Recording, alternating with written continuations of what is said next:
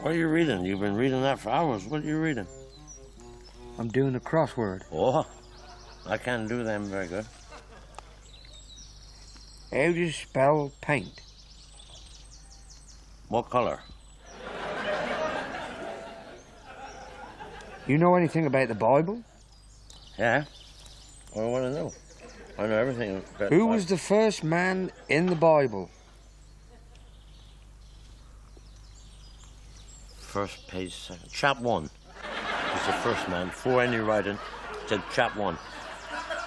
I tell you what surprised you. I was reading the Bible and it said that Moses had the stretchiest skin ever in history.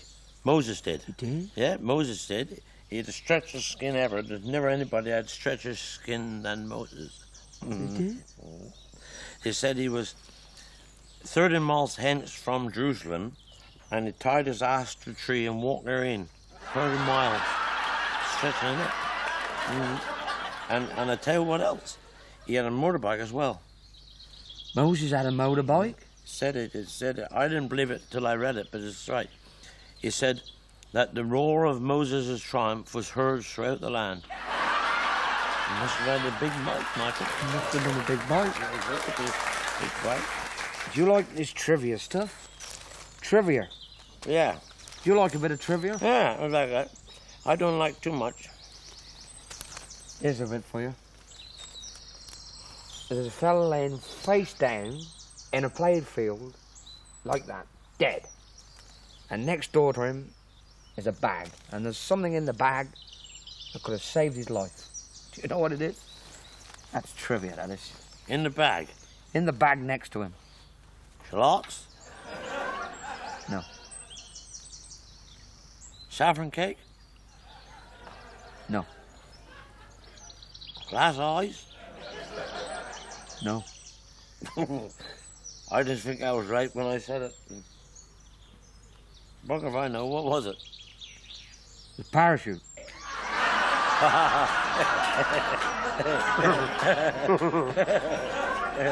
Parachute. He should have opened that, shouldn't it? He a twat, he was. He was. I'll go one for you then. You got one for me? Yeah. What do you call a man that used to be very, very interested in tractors? Used to be interested in tractors. What do you call a man that used to be interested in tractors? I don't know. I don't know that. An ex-tractor fan.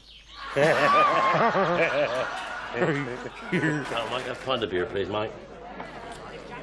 Looks like rain. Yeah, you still charge £2 a bastard pint for it. All right, boys. All right, Jeff. Again. That's half a bloody day going on. That's the paper. I'll be bloody day. Bloody starving, I am. What's for dinner today, Bert? Oh, God, bloody cheese sandwiches again. 20 years you've been making me cheese sandwiches. It's going to be bloody cheese sandwiches again.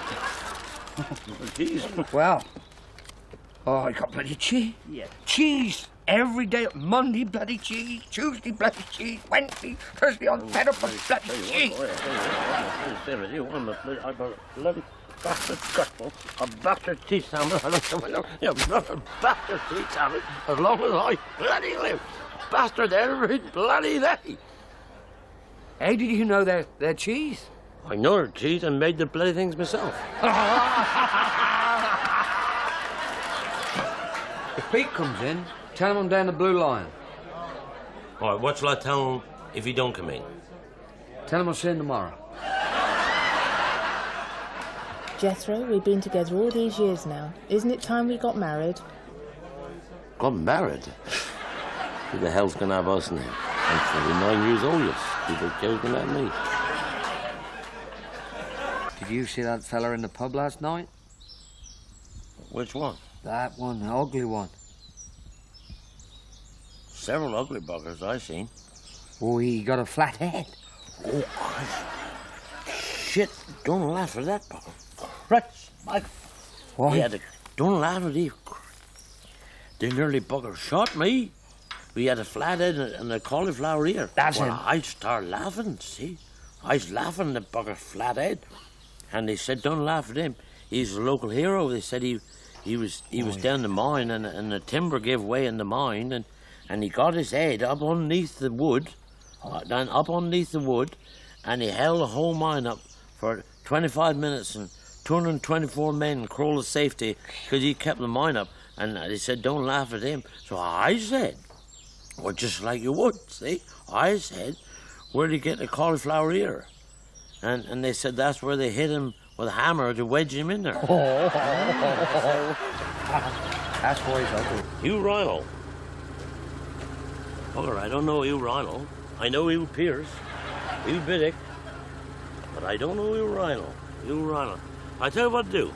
Go down here, there's a post office on the right, and they'll know Hugh Rhinel, for sure. You can't miss the post office, right opposite the road to the piss house. Can't miss it. Can't miss it. I was telling you, when I come back from St. Ives. St. Ives? Yeah, I come back from... Because you broke down the other night in St. Ives. It's dark. I took a shortcut across the field, and then I got in the graveyard before I got home. You ever walk through a graveyard in the dark? No, I don't like the graveyard. Michael, I come to the grave which said R.I.P. Well, I knew I was near home because that's reared in Penzance. I knew what that was. And then I got frightened, started running. I running. Hell for leather. You must have been frightened. Tail of my shirt cracking like a whip. Flying I was. Through these graves in and out. Then I right down the bloody pit. Right in the graveyard. I said, shit, I'm down the grave here. Middle of the night. You were in a grave? In the grave. And I could feel it. Christ, and I could just see the shape of the top. It's just early morning, see. I said, Christ, I'll never get out. And I pissed, see. Well, what I thought I'd do is I'd try to run across the bottom and run right up the end wall. That's a good idea. But I landed on my back. Didn't work, Michael. And then I thought, Christ, I hear somebody coming. And I said, that's the devil for certain as sure. No. He's been after me for years. After me for years.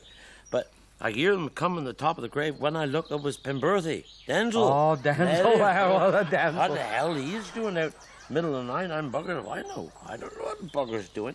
And before I had a chance to say, look out, till the bugger, he fell right down with me. He's down in Denzel the grave. did. Down with me.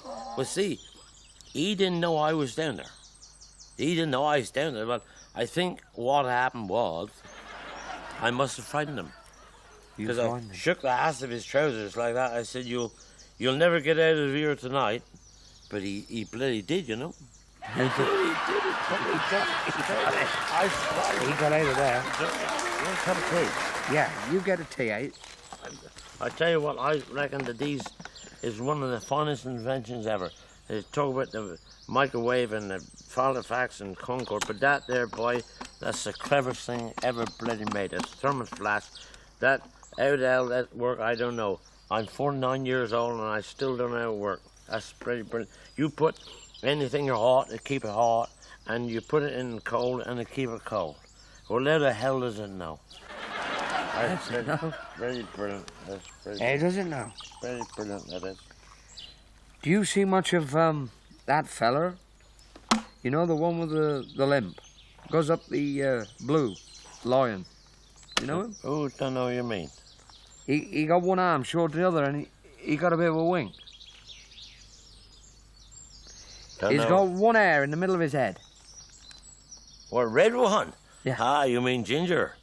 Oh, yeah, Ginger.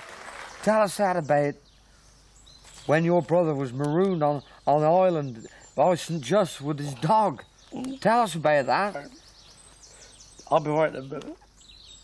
Oh, I wish I hadn't upset you. I don't want to upset you. He's out on an island with a dog. It's 3 months. Just them, and they bloody starving. He said he got it hungry that his ass was snapping at the rocks. Oh, he was hungry. He's peckish, and he thought, if I don't eat that dog, Rover, then the dog's going to eat me. Because it's survival, see, Michael, survival, see.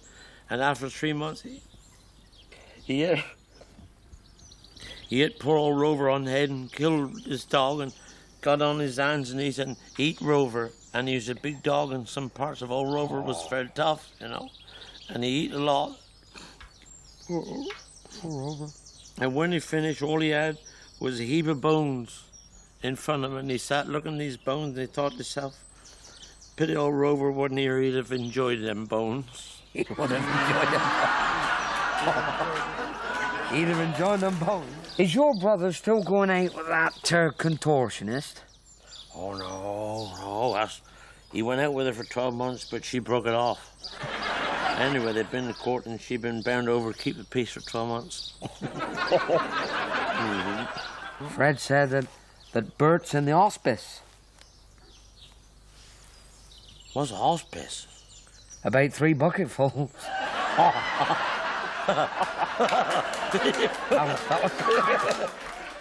John Conte's brother is starting boxing. You know John Conte. John Conte, he was good. He was a good boxer, John Conte. What's his younger brother's name? Silly.